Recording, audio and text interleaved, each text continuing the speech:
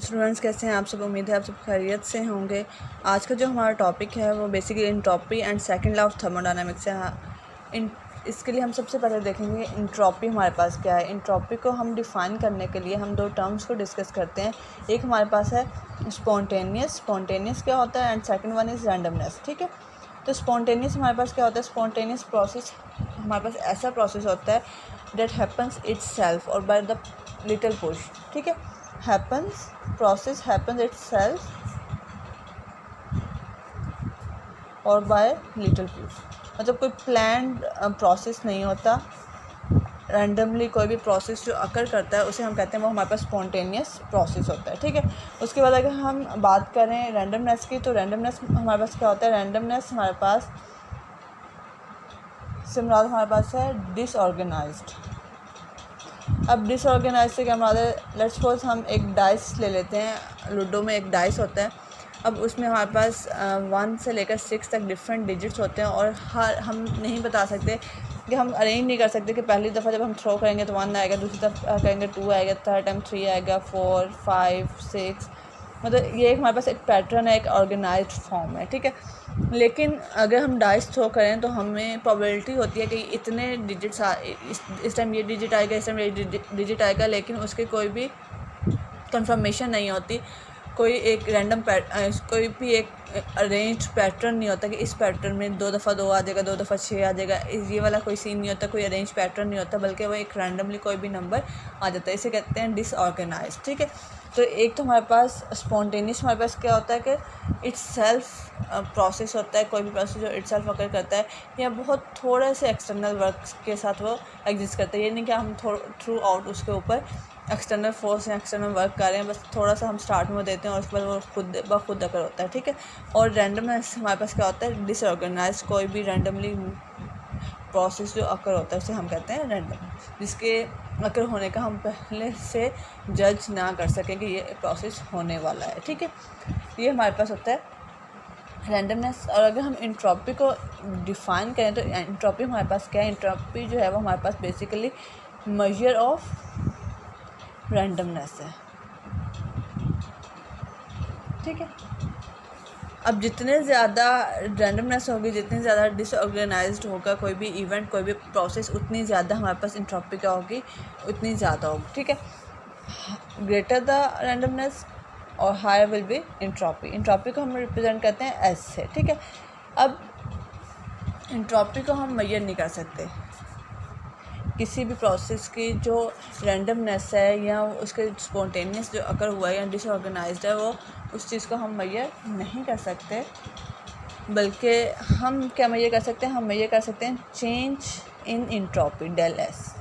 Change in entropy को measure कर सकते हैं, मतलब कि जो लास्ट टाइम ये प्रोसेस हमने करवाया था उसमें इंट्रॉपी, उसमें रैंडमनेस इतनी ज़्यादा थी और जो या डिसऑर्डर इतना था, और आज जब हमने यही प्रोसेस रिपीट किया तो इसमें इतना रैंडमनेस आया। तो हम उसका डिफरेंस देख लेते हैं। मतलब डेल एस हमारे पास क्या है, S F minus F I, मतलब इनिशियल प्रोसेस और इनिशियल इंट्रॉपी और फाइनल इंट्रॉपी के दरमियान हम डिफरेंस फाइंड आउट कर सकते हैं, लेकिन हम वैसे इंट्रॉपी नहीं फाइंड आउट कर सकते। ठीक है, अब अगर हमारे पास कोई भी प्रोसेस जो है वो क्या होगा, अगर हमारे पास कोई भी प्रोसेस रैंडम होगा, if any process is random,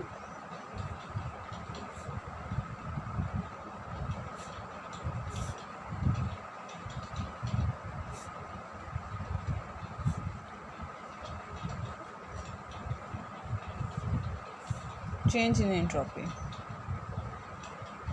will be positive। ठीक है,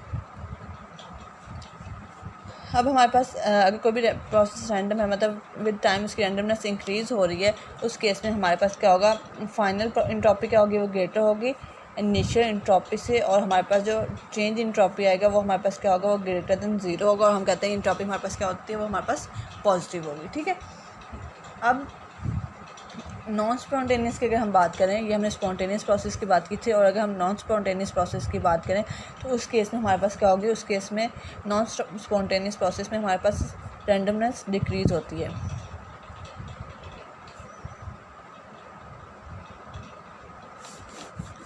इसमें हमारे पास क्या होगी, रैंडमनेस डिक्रीज़ होगी, और हमारे पास क्या होगी, इसकी वजह से इंट्रोपी भी क्या होगी, वो भी डिक्रीज़ होगी, और हमारे पास चेंज इन इंट्रोपी क्या होगी, मतलब जो फाइनल इंट्रोपी होगी वो लेस देन इनिशियल इंट्रोपी होगी, और हमारे पास जो चेंज इन इंट्रोपी क्या होगी वो लेस देन ज़ीरो होगी, मतलब हमारे पास नेगेटिव वैल्यू आएगी। ठीक है, ये हमारे पास इंट्रोपी। ठीक है, अब हमारे पास अगर हम प्रोसेस देखें इंट्रोपी की वैसे जनरल, जैसे हमने कहा कि हमारे पास दो तरह के प्रोसेस होते हैं, एक स्पॉन्टेनियस होता है और एक नॉन स्पॉन्टेनियस होता है। स्पॉन्टेनियस प्रोसेस में हमारे पास क्या होती है, इंट्रोपी इंक्रीज़ होती है, और नॉन स्पॉन्टेनियस में हमारे पास इंट्रोपी क्या होती है, डिक्रीज़ होती है। ठीक है,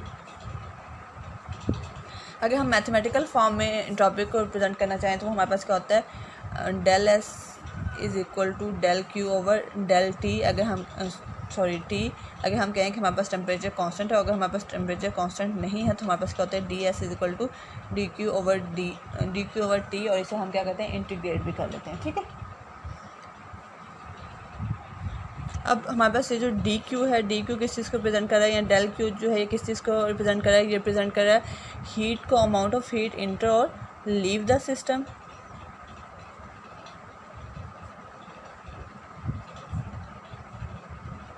अब हमारे पास क्या हो गया, दो ऑप्शन आ गए, या तो हीट इंटर होगी या फिर लीव होगी। उस केस में हमारे पास क्या है, अगर तो हमारे पास हीट इंटर हो रही है सिस्टम में तो हमारे पास एंट्रोपी क्या होगी, पॉजिटिव होगी, और अगर हमारे पास चेंज इन एंट्रोपी क्या है, चेंज इन एंट्रोपी उस केस में पॉजिटिव होगी। अगर हीट इंटर हो रही है सिस्टम में तो उस केस में पॉजिटिव होगी, और लीव कर रही है तो उस केस में हमारे पास एंट्रोपी क्या होगी, नेगेटिव होगी। ठीक है, इस बेस पे हम एंट्रोपी को डिफाइन करते हैं। अब हमारे पास दो तरह के प्रोसेस होते हैं, एक हमारे पास क्या होती है रिवर्सिबल प्रोसेस, और एक हमारे पास होता है इरिवर्सिबल प्रोसेस। ठीक है, रिवर्सिबल प्रोसेस, अब हमारे पास क्या है, ये ए से बी सिस्टम मूव कर रहा है, तो हम कहते हैं दोनों केसेस में। ठीक है, अगर हम देखें, अगर हमारे पास system A to B move करेगा उस केस में हमारे पास क्या है, रैंडमनेस इंक्रीज़ हो रही है, स्पॉन्टेनियस प्रोसेस है। हम सिंपल एग्जांपल ले लें, अगर हम कहें हम वाटर जो है वो हमारे पास क्या था, हमने वो ठंडा था, और उसे जब हमने विद टाइम वो क्या हो गया, वो गर्म हो गया। ठीक है, तो ये हमारे पास क्या है, ये स्पॉन्टेनियस प्रोसेस है, और इस केस में हमारे पास डेल एस क्या होगा, ये हमारे पास ग्रेटर देन ज़ीरो होगा। और अगर हम बात करते हैं कि सिस्टम क्या है, मतलब वाटर क्या था, वो पहले गर्म था लेकिन विद टाइम क्या हो गया, वो ठंडा हो गया, ये स्पॉन्टेनियस प्रोसेस नहीं है, नॉन स्पॉन्टेनियस प्रोसेस है। और इस केस में हमारे पास क्या होगा, इंट्रोपी क्या होगी, चेंज इन इंट्रोपी क्या होगी, वो हमारे पास लेस देन ज़ीरो होगी। ठीक है, तो अब हमारे पास रिवर्सिबल प्रोसेस की जो इंट्रोपी होगी, हमेशा चेंज इन इंट्रोपी, वो हमारे पास क्या होगी, वो हमारे पास इक्वल टू ज़ीरो होगी। एक केस में हमारे पास क्या है, इंट्रोपी इंक्रीज़ हो रही है, और दूसरे केस में हमारे पास क्या है, इंट्रोपी डिक्रीज़ हो रही है। तो रिवर्सिबल प्रोसेस में हमेशा कीपिंग टेम्परेचर कांस्टेंट हमारे पास क्या होगा, इंट्रोपी क्या होगी, चेंज इन इंट्रोपी वो हमारे पास ज़ीरो होगी। ठीक है, अब अगर हम इसे डिफाइन करें मैथमेटिकली तो उस केस में हमारे पास क्या आता है, हम अगर एक क्लोज सिस्टम की बात करें, क्लोज सिस्टम को ये रिप्रेजेंट करें d Q over D T, d Q over T is equal to zero, ये रिवर्सिबल प्रोसेस है। ठीक है, अब हम क्लोज सिस्टम ले रहे हैं, उस केस में हमारे पास क्या है,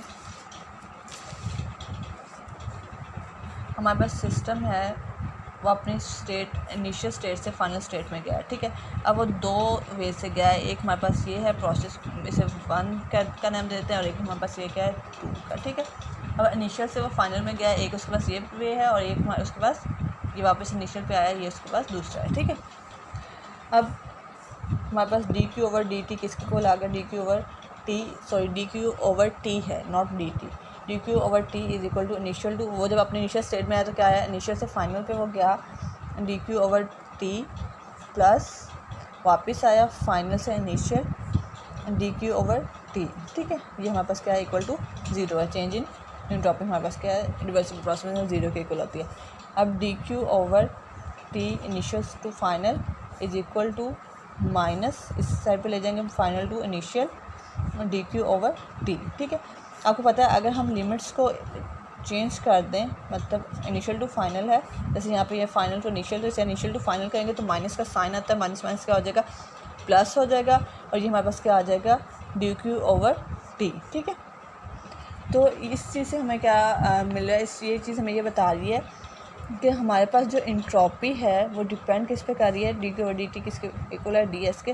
तो इंट्रॉपी जो है वो इनिशियल और फाइनल स्टेट्स पे डिपेंड करती है, वो पाथ पे डिपेंड नहीं करती कि किस पाथ से वर्क हुआ है, कौन सा पाथ यूज़ करते हो, फर्स्ट पाथ था या सेकंड पाथ था। बेसिकली जो इंट्रॉपी डिपेंड करती है वो इनिशियल और फाइनल पोजीशन पे डिपेंड करती है, ठीक है। फाइनल स्टेट्स पे हम कह लें, पोजीशंस पे कह लें। तो ये हमारे पास क्या है, रिवर्सिबल प्रोसेस था। और अब हम बात करते हैं इरिवर्सिबल प्रोसेस की। तो इरिवर्सिबल प्रोसेस, हमारे पास नेचर में जितने भी प्रोसेस हो रहे हैं ना, वो सारे हमारे पास इरिवर्सिबल, ऑलमोस्ट हमारे पास वो क्या है, इरिवर्सिबल प्रोसेसेस हैं। इरिवर्सिबल प्रोसेस ऐसे होते हैं जो वापस उसी पाथ से क्या हो, अपनी स्टेट में वापस ना आ सकें, ठीक है, अपने ओरिजिनल कंडीशन को वापस गेन ना कर सके, ठीक है। अब जैसे हमारे पास आइस है, विद टाइम ये क्या होगा कि वाटर बन जाएगी, लेकिन without keeping it on fridge और लॉरिंग इट्स टेम्परेचर, वाटर क्या है वो आइस में कन्वर्ट नहीं हो सकता, ठीक है। तो आइस का वाटर में कन्वर्ट होना ये एक नेचुरल प्रोसेस है, ठीक है। और ये हमारे पास क्या है, ये इरिवर्सिबल प्रोसेस है। और रिवर्सिबल प्रोसेस हमारे पास कौन से होते हैं, जो अपनी कंडीशन को वापस गेन कर लें।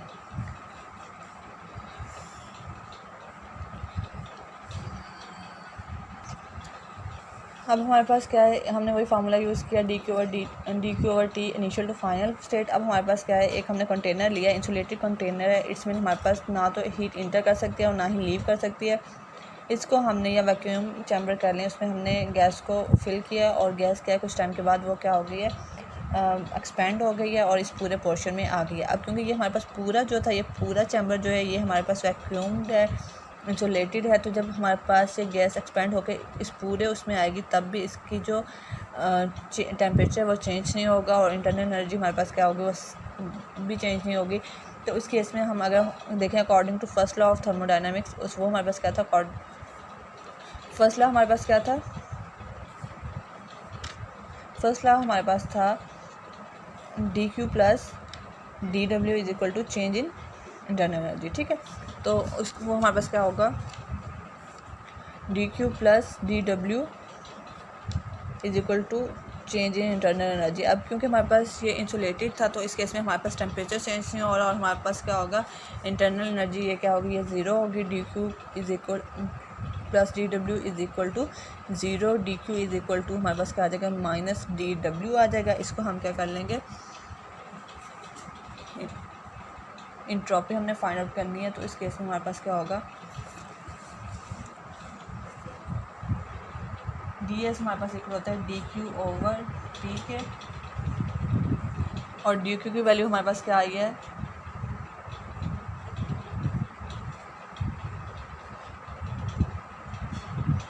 D W over D T, ठीक है।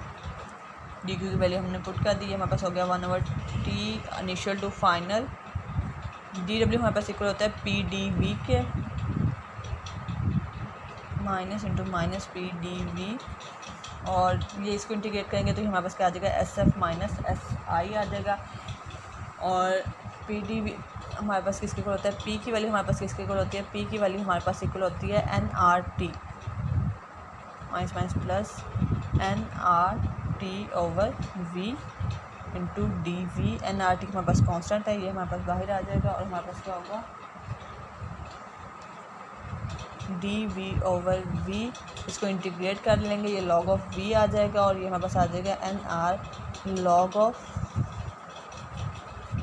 We F minus V I, और ये हमारे पास आ जाएगा N R log of V F minus या V F over V I, ठीक है। ये हमारे पास क्या है, इंट्रॉपी है इन इरिवर्सिबल प्रोसेस, ठीक है। और इरिवर्सिबल प्रोसेस में इंट्रॉपी, चेंज इन इंट्रॉपी हमेशा क्या होती है, हमेशा चेंज इन इंट्रॉपी पॉजिटिव होगी। Combined properties combined entropy system plus environment की कंबाइंड इंट्रॉपी क्या होती है, वो हमेशा पॉजिटिव होती है। सम हाउ क्या होता है, कुछ केसेस में सिस्टम की इंट्रॉपी क्या होती है वो नेगेटिव हो जाती है, लेकिन इन्वायरमेंट की इंट्रॉपी क्या होती है वो उतनी ज़्यादा उसमें इंक्रीज़ होता है। और इस वजह से जो कंबाइंड इंट्रॉपी होती है, टोटल चेंज इन इंट्रॉपी क्या होता है वो हमेशा पॉजिटिव होता है इरिवर्सिबल प्रोसेस के लिए, और रिवर्सिबल प्रोसेस के लिए चेंज इन इंट्रॉपी हमेशा क्या होती है, ज़ीरो होती है। ठीक है, तो ये हमारे पास इंट्रॉपी था, और उससे पहले हमने देखा इंट्रॉपी, और फिर उसके बाद हमने देखा रिवर्सिबल और इरिवर्सिबल। बेसिक जो हम बात कर रहे थे वो हम देख रहे थे सेकंड लॉ ऑफ थर्मोडायनामिक्स की, entropy and second law of thermodynamics. उसके लिए हमें इंट्रॉपी को डिस्कस करना ज़रूरी था, वो हमने कर लिया। हम लोगों ने ये हमारे पास क्या है, ये सेकंड लॉ ऑफ थर्मोडायनामिक्स के अकॉर्डिंग इसकी डिफ़ाइन आ गई, इंट्रॉपी के according second law of thermodynamics की डेफिनेशन आ गई है। हम लोगों ने इसमें दो डिस्कस किए थे, एक हमारे पास केल्विन फॉर्म थी और एक हमारे पास क्लॉसियस फॉर्म थी। एक में हमारे पास क्या था कि हमारे पास जब हीट ट्रांसफ़र होती है वो हायर से लोअर स्टेट में होती है, ऐसा कभी भी नहीं होता कि लोअर स्टेट से हायर स्टेट की तरफ जाए। ठीक है, तो इसलिए एक परफेक्ट इंजन की जो एग्जांपल है वो हमारे पास इम्पॉसिबल है, वो सेकंड लॉ ऑफ थर्मोडायनामिक्स को वायलेट कर रही है। सेम यही चीज़ अगर हम इंट्रॉपी के बेस पे डिफाइन करें केल्विन लॉ को, तो उस केस में हमारे पास चेंज इन इंट्रॉपी क्या है, अगर लोअर से हायर की तरफ जाए तो क्या हो जाती है, माइनस में चली जाती है, मतलब इंट्रॉपी हमारे पास डिक्रीज़ हो रही होती है। और ये भी हम क्या कहते हैं कि हमारे पास ये सेकंड लॉ ऑफ थर्मोडायनामिक्स को वायलेट कर रहा है। इसी तरह से अगर हम बात करें क्लॉसेस की, तो उसका ये है कि हम जो रेफ्रिजरेटर की बात करते हैं तो वो भी सेकंड लॉ ऑफ थर्मोडायनामिक्स को वायलेट कर रहा है। ठीक है, तो इंट्रॉपी क्या है, वो बेसिकली हमें डायरेक्शन देती है कि एक प्रोसेस किस डायरेक्शन से किस डायरेक्शन में हो रहा है, इसलिए हम इंट्रॉपी को एरो ऑफ टाइम भी कहते हैं। ठीक है, अल्लाह हाफिज़, फ़ी अमान अल्लाह। आज का लेक्चर यहीं तक था।